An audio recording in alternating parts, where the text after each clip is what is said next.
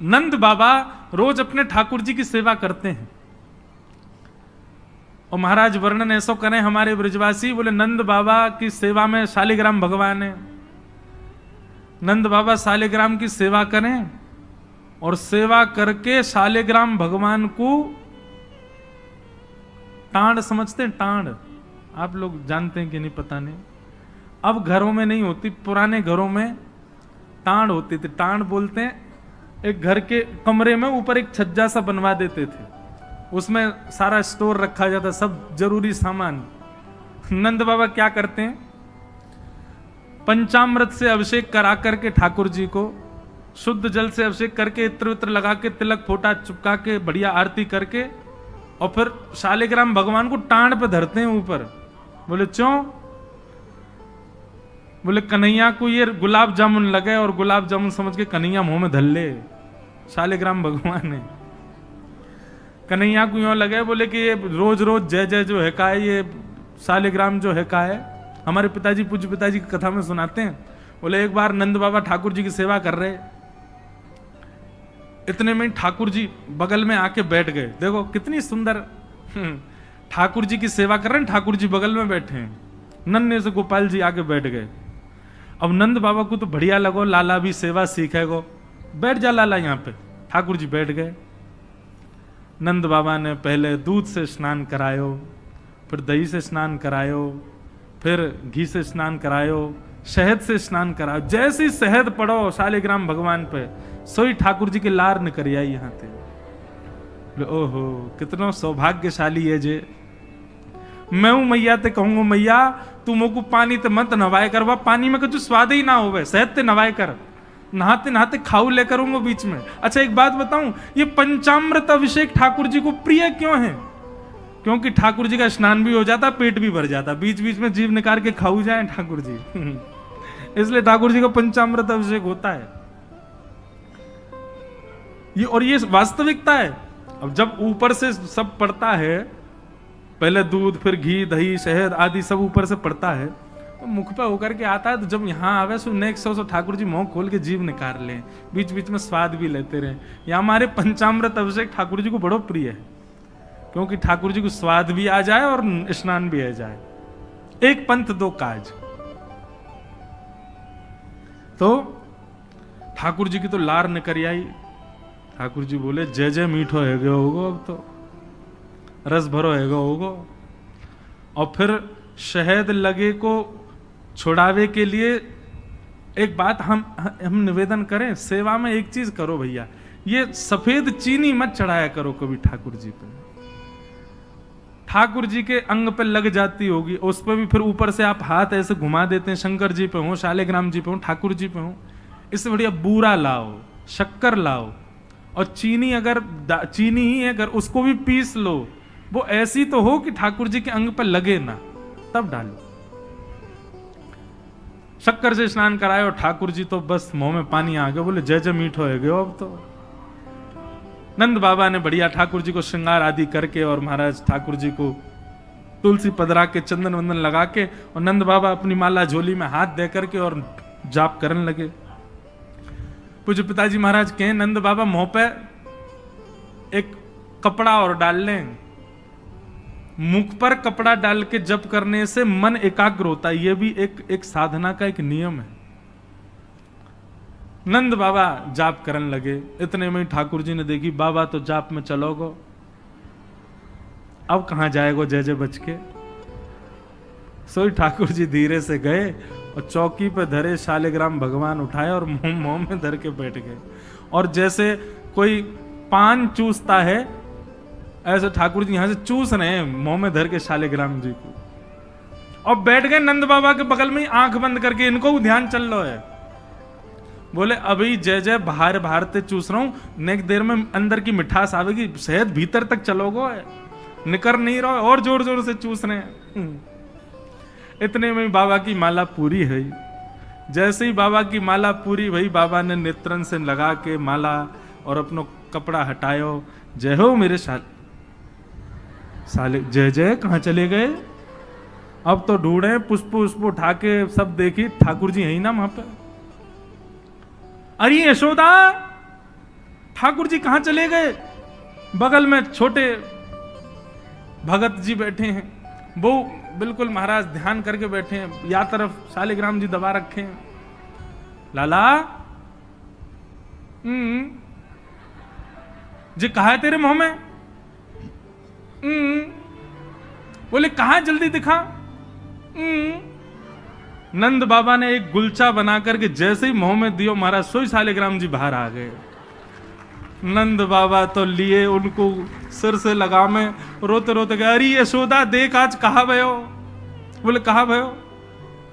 बोले तेरो लाला उद्यमी है, हमारो लाला उद्यमी है, ये बात तो मैं स्वीकार कर चुका हूं, लेकिन इतना बड़ा उद्यमी?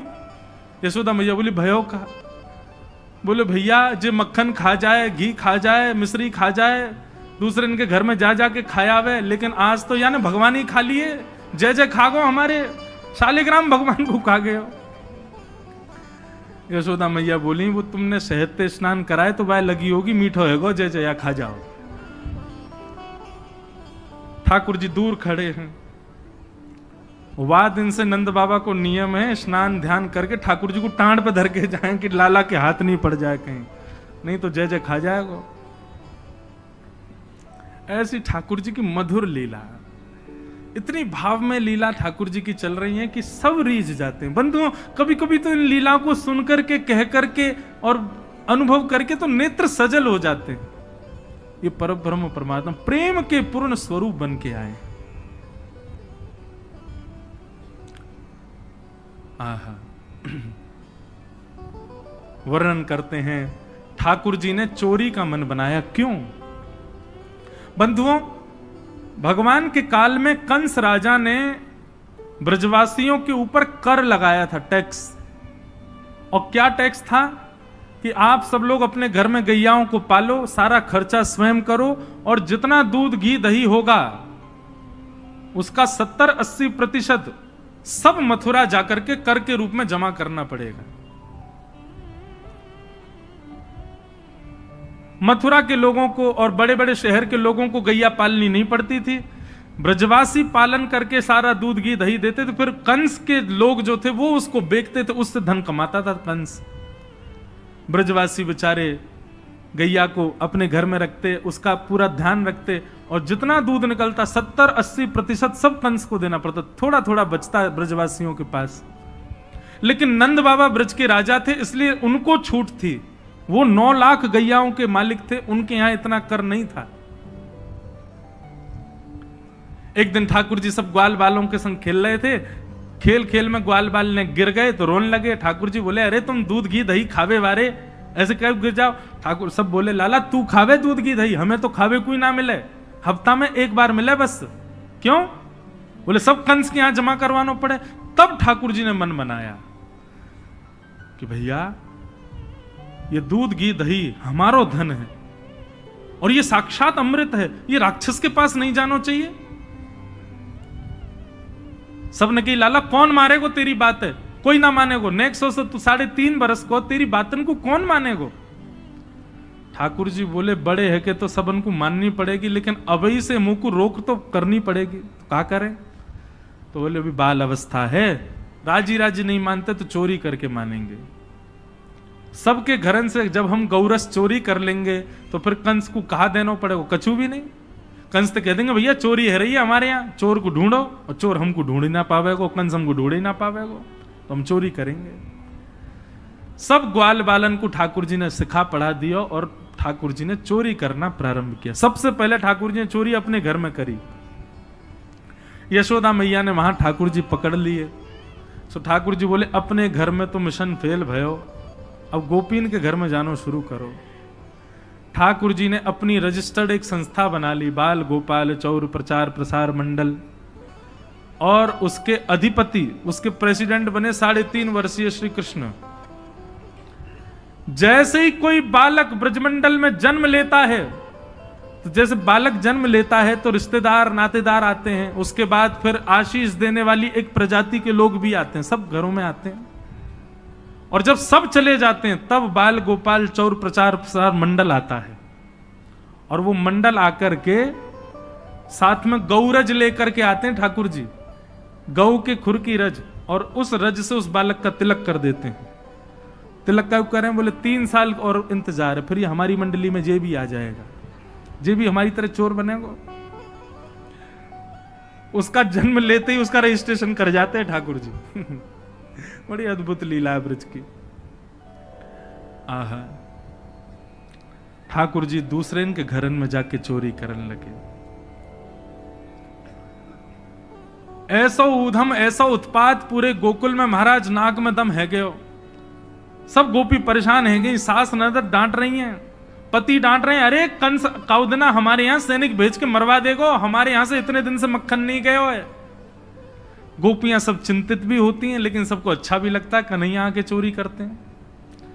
तभी उन गोपियों में एक गोपी थी, उसका नाम था प्रभावती। प्रभावती गोपी एक दिन सब गोपियों से बैठ करके चर्चा, सब गोपियां कह रही थी मेरे घर की तो ऐसे कर गो, मेरे यहां तो ऐसी मटकी फोड़ गयो, मेरे यहां ऐसा माखन चुरा गयो। प्रभावती व्यंग में हंसने लगी, हंस करके बोली, आज तक मेरे यहां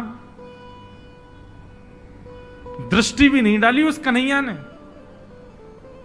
अरे तेरो घर कैसे बच गयो? बोले अरे कन्हैया को अपने प्राण प्यारे होंगे तो मेरे घर के आसपास भी नहीं आवेगो, वो जाने ना है मेरो नाम प्रभावती है। अब ये बात गोपी कह रही थी सब सखियों से, इतने में ही वहीं एक बालक था, वो ठाकुर जी का मित्र था। वो ठाकुर जी के पास दौड़ो दौड़ो गए, वो लाला एक गोपी है प्रभावती वाने यूं कहिए, लाला को अपने प्राण प्यारे होंगे तो आवेगो मेरे यहां चोरी करवे, मेरे यहां आई ना सके, प्राण प्यारे हैं यही मारे ना आवे। ठाकुर जी बोले हमको चुनौती दे रही है? बोले हम बे लाला तू को चुनौती दे रही है? बोले अगलो धावो यही के घर मारनो है। सबसे पहले तो ठाकुर जी ने प्रभावती के देवर को अपना सखा बनाया। देवर कितना बड़ा, वो भी छोटा सा ही था। ठाकुर जी ने उसको अपना सखा बनाया। सखा बना करके उसको बेला फुसला करके बढ़िया उसको बढ़िया मक्खन वक्खन खवा के अपने पक्ष में कर लिया।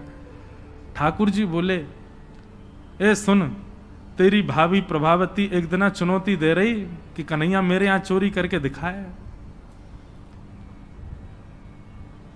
प्रभावती का देवर बोलो लाला बता कहा करनो? बोले जा देना तेरी भाभी बढ़िया वारो मक्खन निकारे, बस तू संकेत कर दियो, और जब वो जमुना जल भरवे जावे घर में कोई नहीं हो वही समय हमारा आक्रमण होगो। ठीक है।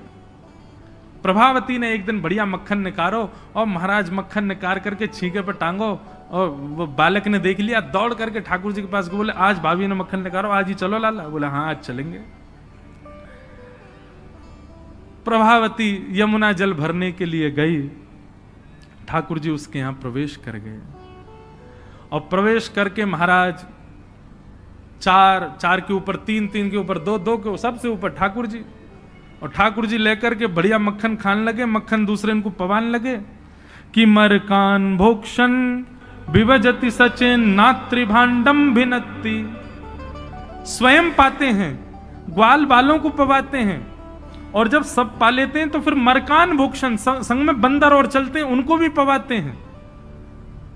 लेकिन प्रभावती के यहां इतना मक्खन था, इतना मक्खन था, ठाकुर जी का भी पेट भर गया, ग्वाल बालों का भी भर गया, और सब बंदरों का भी पेट भर गया, लेकिन मक्खन अभी पूरा नहीं हुआ, खत्म नहीं हुआ। ग्वाल बाल बोले लाला मक्खन तो अभी बहुत सारो बच गो। ठाकुर जी बोले ये प्रभावती हमको बड़ी चुनौती दे रही ना, याकू ने मजा तो चका जाए। सो कहा कियो। ठाकुर जी ने एक हंडी लई, एक लठ लियो, और वहां से वह हंडी को फोड़ दियो, जितनो मक्खन हो सब नीचे गिर गयो, और वह मक्खन को चौका लगा गए, पोंछा कर गए पूरे घर में। एक कोने पे जाकर के मक्खन रह नहीं जाए कहीं भी, और पूरे में बढ़िया चौका लगा करके, और ठाकुर जी अपने ग्वाल बालों के संग अंधेरे में छुप के खड़े है गए। बोले देखियो अब मजो आवेगा, प्रभावती आवेगी। प्रभावती आई, सिर पर 2 मटकियां बड़ी अचक अचक करके चल रही थी, संभल के चल रही थी। जैसे ही माने द्वार खोलो, और द्वार खोलते ही अपना पाम भीतर धरो, इतने में ही भोपाल शताब्दी की तरह ऐसी रिपटी महाराज, ऐसी रिपटी सिर में लगी, कमर में लगी, हाथ पाम बाकी सब एक है गए, और गिरी सो गिरी यमुना जल मिल गए हो मक्खन में तो और चिकना हो गया। अब वो उठ ही नहीं पा रही है, जैसे उठे फिर गिरे, जैसे उठे फिर गिरे। और ठाकुर जी ताली बजा बजा के हंसे, सब ग्वाला के लाला आज तो बड़े मजे आए, आज तो बड़े मजे आए। मेरी भाभी कहा कह रही, कन्हैया को अपने प्राण प्यारे यहाँ हमारे ना आवे। अब तो को तेरे प्राण प्यारे होंगे ना तो कभी हमको चुनौती नहीं देगी। और ठाकुर जी भाग गए। प्रभावती महाराज जैसे तैसे रिपट रिपट के बाहर आई और जाके सीधे यशोदा मैया के पास पहुंच गई और जाके बोलने लगी, बोले मैया अपने लाला संभाल ले, नहीं तो काउदना हाथ दिखा दूंगी आकू में। ऐसा उधम मचावे, देख मेरी कोहनी टूट गई, कमर टूट गई, ऐसा उधम मचा के गयो। यशोदा मैया बोली, तुम गोपिन पे कछु काम ना है, 24 घंटा मेरे लाला के पीछे पड़ी रहो। काउदना रंगे हाथ पकड़े तो आइयो, नहीं तो कभी मुख मत दिखाइयो अपनो। प्रभावती बड़ी चिंता में है, बोले ठाकुर जी को रंगे हाथ कैसे पकड़ूं। इतने में यानी विचार कियो कि मेरो जो देवर है वो लाला के संग बहुत ज्यादा रहवे, तो यार देवर को पहले अपने पक्ष में करो। ये देवर कभी ठाकुर जी के पक्ष में जा रहा हो, कभी प्रभावती के पक्ष में। प्रभावती ने एक दिन वाकु दिखाते भय मक्खन निकारो। आज तो धोरी गैया को मक्खन है, इतना मधुर मक्खन है, और या से तो आज मैं शाम को बढ़िया रोटी बनाऊंगी, घी बना करके सबको पवाऊंगी, अब बढ़िया मक्खन निकारो। देवर ने देख लिया और जाकर के सीधे पहुंचो लाला के पास, बोले लाला भाभी ने आज धोरी गैया को मक्खन बनाया। ग्वाल बाल सब बोले लाला वहीं चल, बात ना बड़े मजे आए वहां पे, आज फिर चल रहे प्रभावती के यहाँ। ठाकुर जी वे चलो। अब प्रभावती ऐसा दिखा करके गई कि वो जमुना जल भरने चली गई है। ठाकुर जी ने देख लिया प्रभावती जमुना जल भरवे गई है, लेकिन जैसे ही ठाकुर जी वाके घर की ओर भागे, प्रभावती दौड़ करके पीछे के द्वार से गई और खिड़की में होके भीतर घर में आ गई और चुपचाप खड़ी हो गई अंधेरे में, हाथ में बड़ा डंडा लेकर के। ठाकुर जी आए, ठाकुर जी ने आकर के जैसे ही महाराज 4 3 2 1 ऊपर चढ़े, चोरी करनो प्रारंभ कियो। ठाकुर जी जब पूर्ण रूपेण व्यस्त हो गए चोरी में, तब प्रभावती अपना डंडा लेकर के निकली। दारी क्यों तुम्हें बताऊं। और जैसी प्रभावती आई, महाराज नीचे वाले सबसे पहले भागे, और नीचे वाले भागे तो ऊपर वाले सबरे गिर गए, ठाकुर जी लटक गए ऊपर। अब बाकी के सब तो वहां से भाज गए, ठाकुर जी रह गए। अब नीचे प्रभावती खड़ी है, आजा लाला तो बताऊं मैं, प्राण प्यारे देख देख देख प्रभावती तू सही ना कर रही है, तू जाने ना है मैं जय जय हूं। बोले तेरी जय जय तो मैं निकारूंगी, नीचे आ पहले तू। जैसे तैसे करके ठाकुर जी नीचे उतरे। प्रभावती बोले देख तुम तो को मुंह पे दया ना आवे, मैं कितनो सीधो साधो भोरो सो प्यारो सो, देख मैं तू वचन दूं आज के बाद नहीं आऊंगा तेरे घर, तू अब कछु मत करे, तू मुंह को मारे मत। बोले ना ना मारूंगी ना लाला, इतना कोमल सो मेरो लाला, वाकू कैसे मार सकूं मैं। ठाकुर जी बोले हाँ जी तो मैं मारी हूं मत। बोले मारूंगी ना तो को पकड़ के यशोदा को दे के आऊंगी आज मैं, वो बतावेगी तो। बोले या तो बढ़िया तो तू मार ले मोह, लेकिन यशोदा मैया के पास मत ले जा, ऐसा मत करे। बोले ना आज तो तू यशोदा ही बतावेगी तो। और ठाकुर जी को हाथ पकड़ करके महाराज प्रभावती पूरे गोकुल में हल्ला करती भाई जा रही है, और घूंघट करके, घूंघट पकड़ रखो एक हाथ से, दूसरे हाथ से ठाकुर जी पकड़ रखे, और सबरे गोकुल में हल्ला। देख लो रे सबरे गोकुल वासियों, जे नंद जी को लाला, यशोदा मैया को छोरा, ये घर घर जाके चोरी करे। यशोदा मैया कह रही रंगे हाथ पकड़ो तो बताइयो, आज पकड़ लियो या को ठिकाने लगाऊंगी मैं। ठाकुर जी बोले जे तो भैया बड़ी निंदा है रही हमारी। इतने में ही ठाकुर जी बोले ए प्रभावती कहा बात है। बोले देखते ना इतनी जोर से मेरो हाथ पकड़ रखो, मेरो हाथ नीलो पड़ गयो, रक्त पूरा रुक गयो है, तू इतनी जोर से मत पकड़े, तू एक काम कर मेरो जे हाथ छोड़ दे दूसरा हाथ पकड़ ले। प्रभुति बोले नहीं तू भाग जाएगा, तेरी सौगंध खा के कह रहा हूं मैं नहीं भागूंगा, तू मेरो एक हाथ छोड़ दूसरा पकड़ ले। प्रभावती चलती जा रही है, और चलते चलते माने 3.5 वर्ष के छोटे से ठाकुर जी चलते चलते माने जैसे मन बनायो कि हाथ दूसरा लाऊं, ठाकुर जी ने पीछे चल रहे ग्वाल बालन में प्रभावती के देवर को इशारा क्यों यहां पे आ, वो ठाकुर जी की उम्र को ही है। ठाकुर जी ने वाको हाथ पकड़ लियो, प्रभावती, अब देख तू मेरा दूसरा हाथ पकड़, जल्दी कर। प्रभावती चलते चलते बोली, ला दूसरा हाथ दे। दूसरे हाथ के चक्कर में ठाकुर जी ने बुआ के देवर को हाथ पकड़ा दिया, और पकड़ा करके ठाकुर जी गली मोहल्ला कूचेन में कूदते भय सीधे नंद भवन पहुंच गए, और हाथ पाम धो के सीधे यशोदा मैया की गोद में, मैया ये सबरी गोपी मेरे पीछे काहे को पड़ी रहे? अरे मेरो लाला बड़ो मलूक है, हमारे पीछे पड़ी रहे। मैया रोज कोई गोपी आ जाए, मुंह को तो लगे आज भी कोई गोपी आवेगी तो उसे शिकायत करवे। मैया बोली, आंधेदारी के मैं बताऊंगी। हाँ मैया तू मुंह को अपना दूध पिला दे।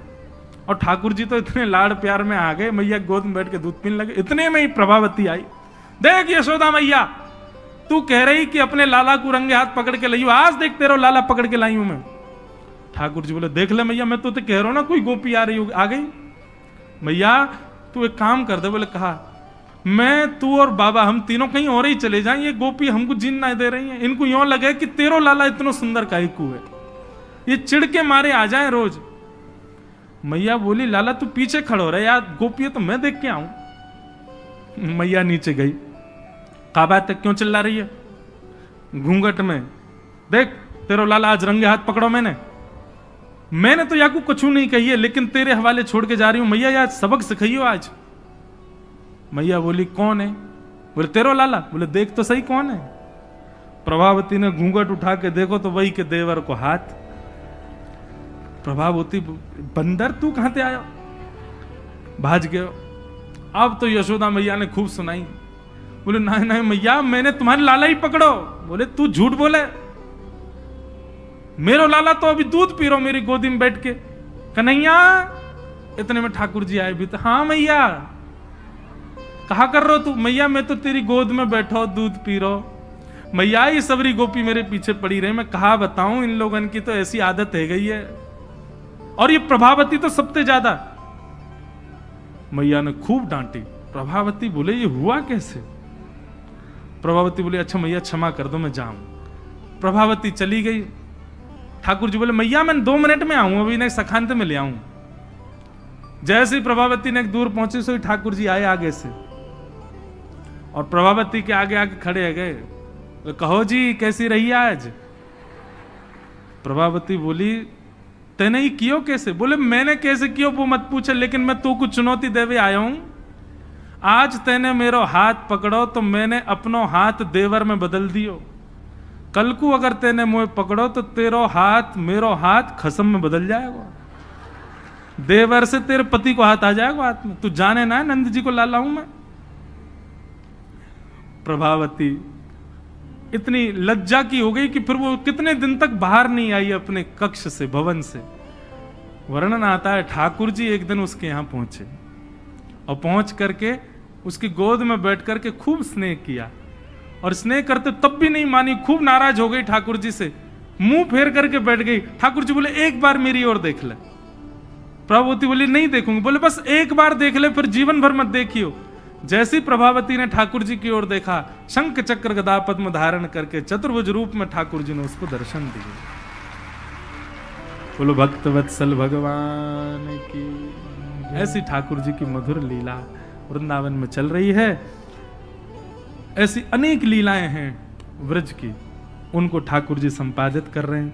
एक दिन मैया ने ठाकुर जी को उखल से बांध दिया। उखल से बांध करके मैया चली गई। ठाकुर जी ने उखल में बंधे भये ही वृक्षन के बीच से निकले, स्पर्श करती दोनों वृक्ष टूट गए। कुबेर के पुत्र नलकुवर मणिग्रीव प्रकट हो गए। दोनों ने भगवान की स्तुति गाई। ठाकुर जी ने दोनों को क्षमा किया। और ये बात जान करके नंद बाबा, उन्होंने मन बनाया कि अब हम गोकुल में नहीं रहेंगे। और नंद बाबा के छोटे भैया ने एक दूसरे वन का नाम बताया, जिसका नाम है वृंदावन। और ठाकुर जी, नंद बाबा और यशोदा मैया सब ने वृंदावन जाने को मन बनायो। तो महाराज सब गोकुलवासी बोले, हम भी यहां नहीं रहेंगे, हम भी वहीं रहेंगे जहां लाला रहेगो हमारो। और सब गोकुलवासी ठाकुर जी के संग वृंदावन चले गए। आहा, ऐसो सुंदर प्यारो वृंदावन है। लागे वृंदावन निको अली माने लागे वृंदावन लीको, लागे वृंदावन नीको, अली माने लागे वृंदावन